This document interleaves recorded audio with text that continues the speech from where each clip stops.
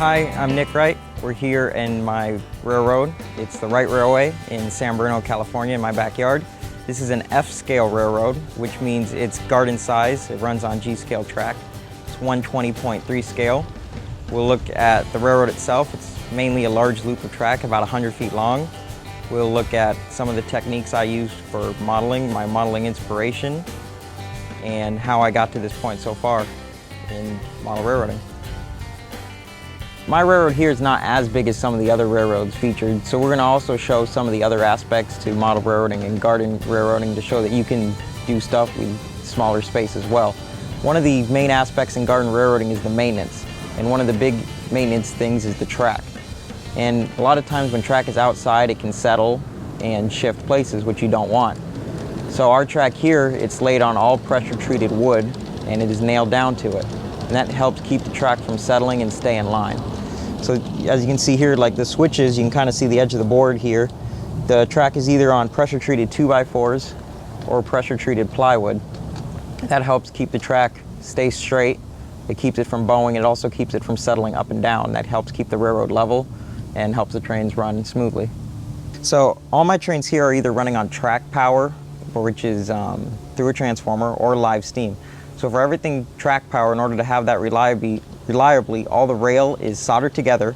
However, because rail expands and contracts, we have some spots like this where we have wired jumpers where the rail is not soldered. We do the jumpers in curves because that is where the track is most likely to expand and contract due to the heat. This is an LGB track cleaning locomotive. So for anyone in G-scale who's running track power, you should get yourself one of these. What it basically does is the back half is a regular locomotive, has extra contacts, so even on really dirty track this will still run no problem. But on the front, these front wheels actually have like a Bright Boy abrasive pad, and these turn opposite the direction of travel. So as this is running around your railroad, it actually cleans your track for you. And any G-scale railroad, especially with tunnels, this thing saves lives. It is the easiest way to clean track, which in G-scale is really nice because you don't have to get on your hands and knees. All right, this is the transformer that we use. It's made by MRC. It's called a Power G. It's specifically made for large-scale trains. It goes up to 22 volts, which is higher than all smaller scales. You would not want to use this in HO or anything like that. It's kind of cool because it has a nice big throttle handle. It also has overload protection in case you short out, which is good as well. So these three engines here are, besides the one engine that's running, these are the other three active locomotives on the Wright Railway. These are engines 1, 2, and 3. The first engine here, this is a 2-truck Heisler locomotive. It was made by Bachmann, is electric. I modified it slightly from its original state by adding a cow catcher. I got the idea from, I had a book on the Hetch Hetchy Railroad, and it showed pictures of their Shea locomotive number 6, which was delivered with a cow catcher on it for road service. So I converted this engine with a cow catcher to kind of give it a road service look, even though it's a geared engine. So I use this as more of a road engine instead of like a switching locomotive. The second engine here, this is one of Bachmann's 3-truck Sheas. You will notice it is missing a smokestack. The reason is I only have one straight stack that these two locomotives share. All the locomotives here are basically coal burning, so they all have straight stacks, and unfortunately I'm one short, and Bachmann is sold out on parts. Both of these engines I've painted silver smoke box fronts on them. That was something the Pickering Lumber Company did, which ran out of Standard, California. I kind of take a lot of modeling influence from some of the short lines in the Sierra. I kind of like the look of those locomotives and kind of the roughness of them. The third locomotive here, this is an AccuCraft Climax. It's actually a live steam locomotive. It runs on butane, and we'll show that running later. Okay, so this bridge here, it was actually built from plans that were included in Garden Railroader magazine. It is actually made of old growth California redwood. All the wood was cut by my uncle who owned a furniture shop. All the wood is held together with small brass nails. There is no glue in this bridge. The wood is not stained. This is natural weathering. This bridge has been outside for at least 15 years now, and it is still in very good shape. It is still extremely strong. California redwood is very good, so it has held up very well over time, and it's picked up a very nice natural weathering effect. So right now I'm standing in our pond, which is currently empty because we are in July in California right now. This serves as natural drainage for our backyard. The bridge we saw earlier water from the whole dead lawn, but water from all of that flows under there, would fill this pond up for drainage. At one time this worked as a waterfall. Water would flow down this into the pond here. The pond is made of concrete, which this was basically a big dirt hole.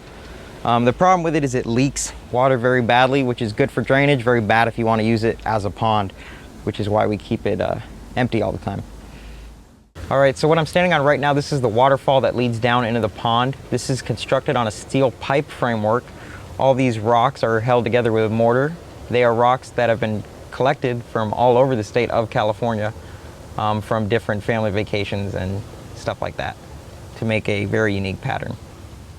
All the rock work we've done here is constructed in a very similar method to how it would have been done in plaster on a smaller scale. However, instead of using plaster, we've used mortar instead.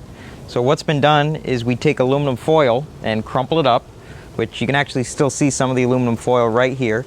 The aluminum foil is crumpled up to make it look like rock, and then it is set down on top of sand. You want to set it down on top of sand because when you pour the mortar on top of it, the mortar is so heavy that if you have it on top of anything hard, the weight of the mortar will just flatten all your rock texture out.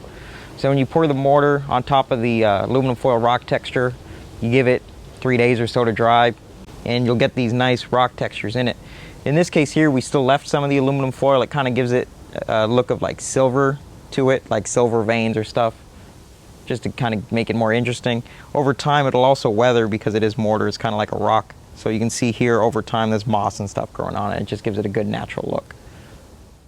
All right, this building up here, this is an abandoned water wheel. It is constructed of small pieces of stripped redwood, and it is then nailed together. I think it still spins, which it does, but the flume structure is long gone at this point, and it has again picked up a natural weathering look over time. We like using redwood for our structures out here because it holds up really well to the elements. The bugs don't really eat it, which means we don't have to stain it, which allows all the redwood to pick up a very nice natural weathering and blend in well with the environment. I'm here with 2 abandoned tunnel portals from part of the right-of-way that was ripped out due to it just simply becoming too much maintenance. At one time, we had probably 2 to 3 times the amount of track we have now out here, and it simply got too overgrown and it became too much of a maintenance problem. With me going to school and everything, there wasn't enough time to maintain everything. So this bottom tunnel portal here, it is constructed of redwood strips, just like the water wheel on top.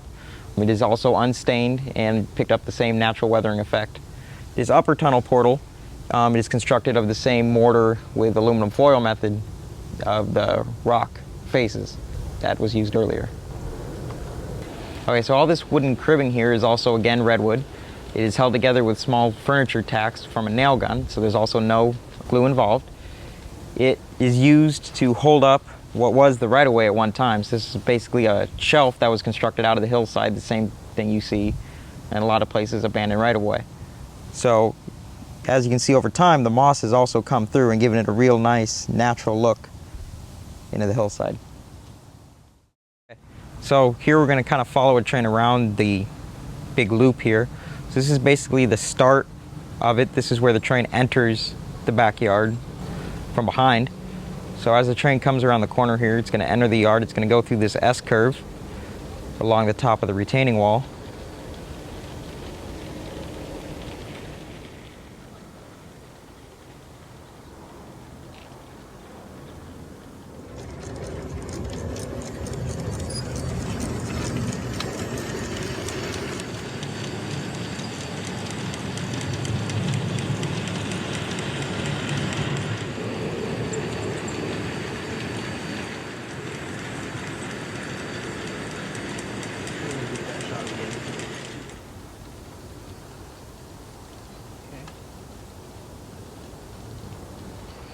So from this point, the train comes to the end of the yard. At that point, it makes a left turn here. It goes behind the hot tub and goes to the back of the yard.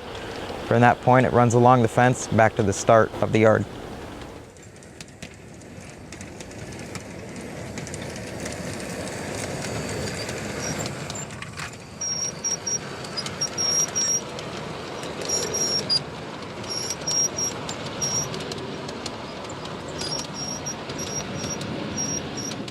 So when the train goes behind the hot tub, it comes and runs down the back side of the yard here. This is what it looks like when it runs down that. It goes underneath the tunnel and then runs along this board here, and then it'll make the turn and turn back into the front side of the backyard.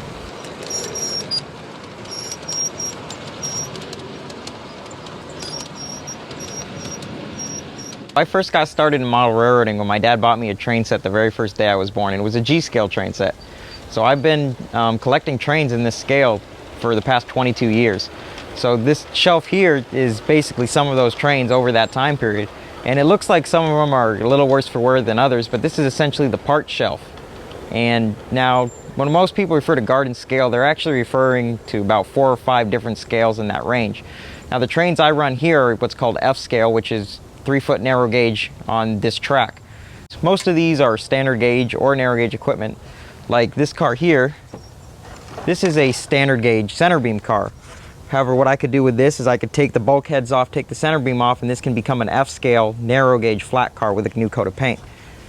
The train that we've been seeing here, running here today, those cars came off this shelf, and with new paint, metal wheels, and couplers, they've been put back into service. So it's always good to save what you have, and even though some of these have moss growing on them, they still can be used. All right, thanks everyone for watching. I hope you've enjoyed the tour of my Wright Railway. It's a relatively small railroad, but I sure have a lot of fun with it. And I hope I've shown that even if you don't have a lot of space, you can still have a lot of fun in G scale or any other scale. But before we go, we're going to add a climax to this video.